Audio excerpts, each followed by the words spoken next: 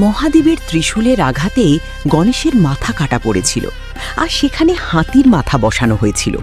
এই গল্প আমরা সবাই জানি, কিন্তু সেই কাটা যাওয়া আসল মানুষের মাথাটা কোথায় গেল? প্রাচীন স্কন্দ পুরাণ অনুযায়ী ভগবান শিব নিজেই সেই খণ্ডিত মাথাটি হিমালয়ের এক গভীর ও রহস্যময় গুহায় লুকিয়ে রেখেছিলেন।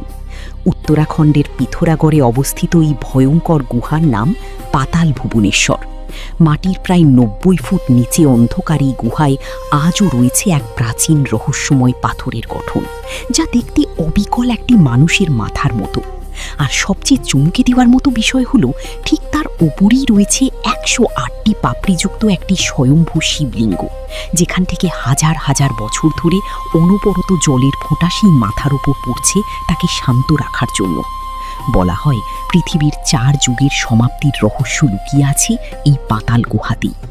মহাদেবের এই অলৌকিক লীলা আপনার গায়ে কাঁটা দিলে কমেন্টে ভক্তি ভরে হর হর মহাদেব লিখুন এবং মাইথো অরিজিন এআই বাংলা চ্যানেলটি এখনই সাবস্ক্রাইব করুন। ধন্যবাদ।